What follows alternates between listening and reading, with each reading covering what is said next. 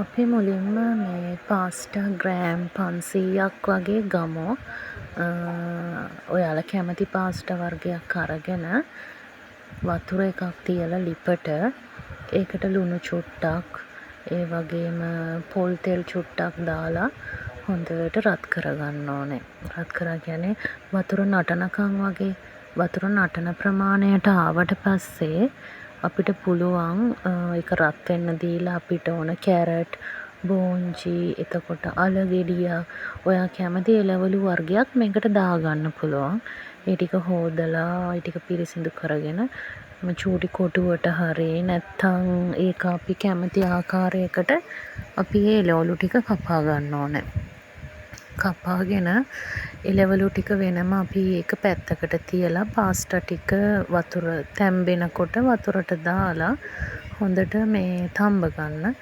එළවලු ටික වෙන වෙනම කපා ගන්න. කපාගෙන ඊට පස්සේ පාස්ටා ටික තැම්බුණාන් පස්සේ හොඳ ඇල් වතුරෙන් ඒක හොදලා අයිස් කැට ටිකක් දාලා අයිස් වතුරෙන් හොදන්නේ මොකද එතකොට පාස්ටා ටික ඇලෙන්නේ නැහැ. ඇලෙන්නේ නැතුව ගානට ඒ ෂෙල්ස් ඇලෙන්නේ නැති විදිහට අපිට ගන්න පුළුවන් ඔය පේන විදිහට. ඊට පස්සේ අපිට පාස්ටා ටික පැත්තකින් තියාගෙන ඒකට අපිට අවශ්‍ය වෙනවා මේ ඕන අපිට ඔකට කහ චුට්ටක් දාන්නත් පුළුවන්.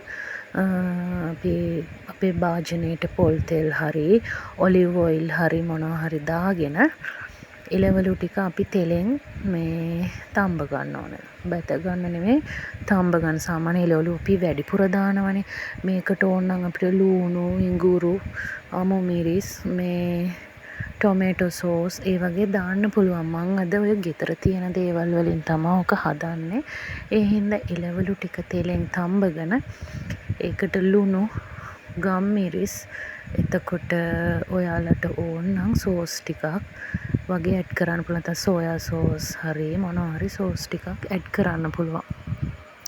ඕක හොඳට තැම්බෙන්න දෙන්න ඕනේ එළවලු ටික තෙලෙන්. ඒ කියන්නේ ගොඩාක්ම නෙවෙයි සාමාන්‍යයෙන් නිකන් ක්‍රන්චි ගතියට තියෙන වගේ ඒක මේ හැපෙන්න වගේ ඒක තැම්බෙන්න ඕන. ඔයිල් ටිකක් දාන්න ගම්මිරිස් දාන්න. ගම්මිරිස් ඔයාලට අවශ්‍ය ප්‍රමාණයට දාගන්න. ඊට පස්සේ අපි අර සීතල වතුරෙන් හොදගත්ත පාස්ටා ටික දාලා මේක හොඳට කලවම් කරගන්න තියෙන්නේ. ඔයාලට ඕන උකට සොසේජස් එතකොට මීට් බෝල්ස් වගේ කපලා පෙති වගේ බැදලා දාන්න පුළුවන්. ඔයාලට ගෙදර තියෙන කැමති දෙයක් මේකට දාන්න පුළුවන්. ඊට පස්සේ අපිට තියෙන්නේ ඕක රස විඳින්න. මේක හරිම මේ රසයි. මේ එළවලු විතරක් දැම්ම කියලා නෑ රසයි අපිට ඕන දෙයක් දාලා ඔක හදන්න පුළුවන්.